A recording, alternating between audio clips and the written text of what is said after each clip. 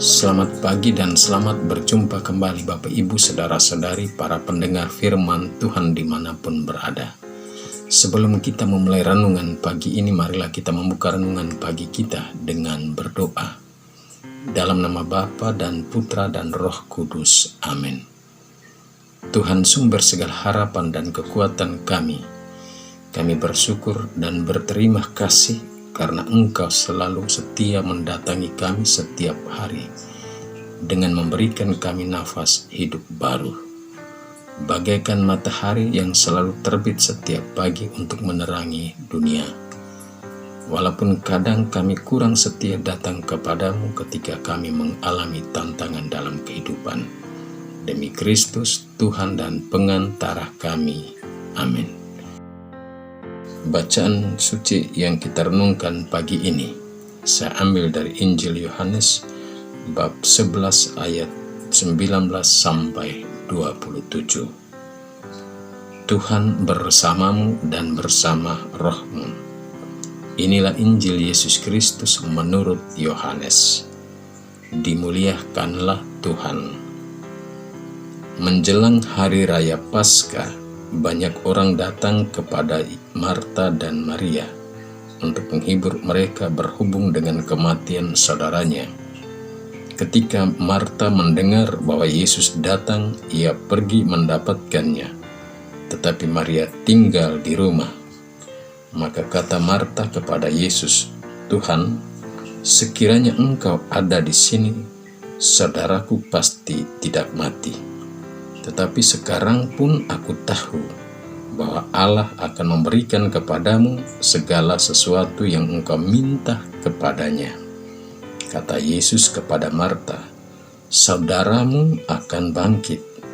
Kata Marta kepadanya, "Aku tahu bahwa ia akan bangkit pada waktu orang-orang bangkit pada akhir zaman." Jawab Yesus, "Akulah kebangkitan dan hidup. Barang siapa percaya kepadaku, ia akan hidup walaupun sudah mati, dan setiap orang yang hidup dan percaya kepadaku tidak akan mati selama-lamanya." "Percayakah engkau akan hal ini?" Jawab Marta, "Ya Tuhan, aku percaya bahwa Engkaulah Mesias, Anak Allah, Dia yang akan datang ke dalam dunia." Demikianlah sabda Tuhan. Terpujilah Kristus. Tema renungan pagi ini saya beri judul, "Datanglah kepada Tuhan tidak hanya pada saat suka, tapi juga dalam duka." Bapak Ibu para pendengar firman Tuhan yang terkasih, berdasarkan kalender resmi Gereja Katolik, tanggal 29 Juli ditetapkan sebagai hari peringatan wajib di dalam Gereja Katolik, yakni peringatan wajib Pesta Orang Kudus Santa Marta. Injil yang kita dengar dan renungkan hari ini pada peringatan Santa Marta mengisahkan kepada kita bahwa menjelang pesta Paskah Yahudi, banyak orang Yahudi datang ke rumah Marta dan Maria untuk menghibur mereka berhubung kematian saudara mereka Lazarus. Pada waktu itu Yesus juga datang ke sana. Yesus datang ke sana karena Yesus memiliki hubungan yang sangat erat dan dekat dengan Lazarus, juga Marta dan Maria. Dalam kunjungan Yesus ini, pada saat Lazarus telah meninggal, menampilkan semangat Marta yang mencerminkan semangat umat Allah dalam kehidupan menggereja, yakni selalu membangun hubungan dengan Tuhan dan menaruh segala duka dan kecemasan serta harapan kepada Tuhan sebagai sumber hidup dan kekuatan.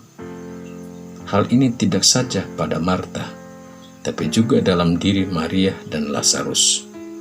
Namun hari ini yang bertepatan dengan pesta peringatan Santa Marta, Injil coba menampilkan sosok Marta sebagai sosok orang yang penuh iman.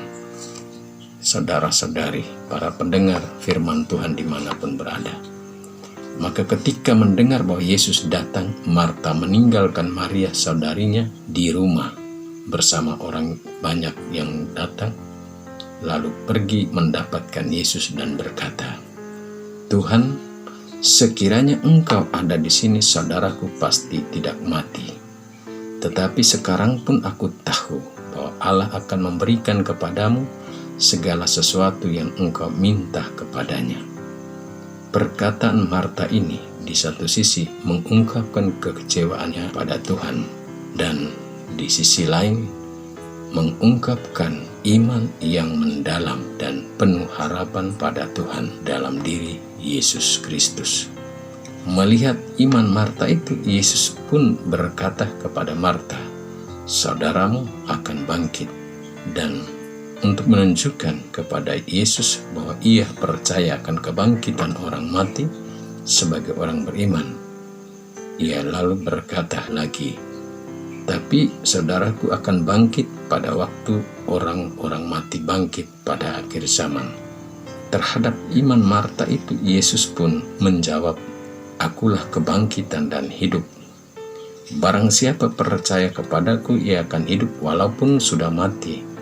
Dan setiap orang yang hidup dan percaya kepadaku tidak akan mati selama-lamanya."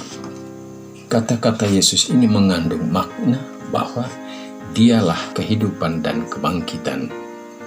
Dialah pemilik kehidupan dan juga kematian. Jika orang percaya kepadanya, maka yang sudah mati pun akan hidup. Dan orang yang hidup dan percaya kepadanya tidak akan mati selama-lamanya. Sesudah itu Yesus pun ingin mengetahui seberapa besar dan dalamnya iman Marta kepada Dia. Ia pun berkata lagi kepada Marta, "Percayakah engkau akan hal ini?" Marta pun percaya dan menjawab, "Aku percaya ya Tuhan, bahwa Engkaulah Mesias, Anak Allah yang hidup." Bapak, Ibu, saudara-saudari, para pendengar firman Tuhan dimanapun berada, pada titik ini boleh kita bilang bahwa melalui peristiwa kematian Lazarus saudaranya, iman Marta diuji atau mengalami ujian.